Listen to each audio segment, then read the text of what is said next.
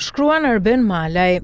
Drejtësia versus ekzekutivi, a është askush mbi ligjin? Debati I fundit mbi ndryshimet në kodin e procedurës penale që synojnë të heqin spakut dhe gjykatës së posaçme të drejtën për të pezulluar nga detyra ministra apo drejtues institucionesh kushtetuese, prek direkt palcën e demokracisë, barazim para ligjit. Kur flasim për ndarjen dhe balancimin e pushteteve, check and balance, nuk nënkuptojmë që pushtetet janë ishuj të paprekshëm, por që ato kontrollojnë njëri tjetrin për të parandaluar autoritarizmin. Pse është I rrezikshëm kufizimi I pezullimit? Nëse një ministër në nënhetim për korrupsion nuk mund të pezullohet nga gjykata, krijohet një pabarazi kushtetuese, dëmtimi I provave. Një zyrtar I lartë ka në dorë vulat, arkivat dhe vartësit, dëshmitarët. Qëndrimi në detyrë jep mundësi të asgjësojë provat e krimit, presioni mbi drejtësinë. Një ministër me imunitet de facto përdor fuqinë e shtetit për të mbrojtur, duke e kthyer procesin penal në një betejë të pabarabartë. Eksperiencat botërore kur drejtësia preku ekzekutivin. Historia na tregon se demokracitë forcohen kur drejtësia nuk ndalet para zyrës së ministrit.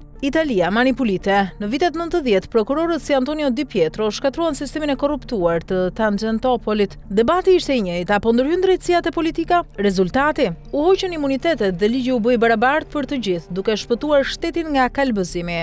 Brazili. Gjyqtarët urdhëruan masa ndaj figurave më të larta përfshirësh presidentin Lula. Ndonse me debatet forta, ky proces tregoi se asnjë post nuk është mburoj ndaj llogaridhënies. Franca dhe Izraeli. Në Francë, ministrat si Christine Lagarde janë përballur me gjykata speciale pa e bllokuar procesin, ndërsa në Izrael, rasti Netanyahu ka treguar se qëndrimi në detyrë një të pandehuri prodhon kriza të pafundme kushtetuese. Përfundimi, vija e hollë e demokracisë. Nëse ndryshimet ligjore krijojnë që gjykata nuk mund t'i prek, ne nuk kemi më ndarje pushtetesh, por shkëputje të llogaridhënies. Gjyqtari nuk shkarkon politikisht një ministër, ai thjesht garanton që hetimi të mos manipulohet. Nëse kjo e drejtë I hiqet drejtësisë, atëherë barazia para ligjit mbetet thjesht një rresht I bukur në letër, por I vdekur në praktik.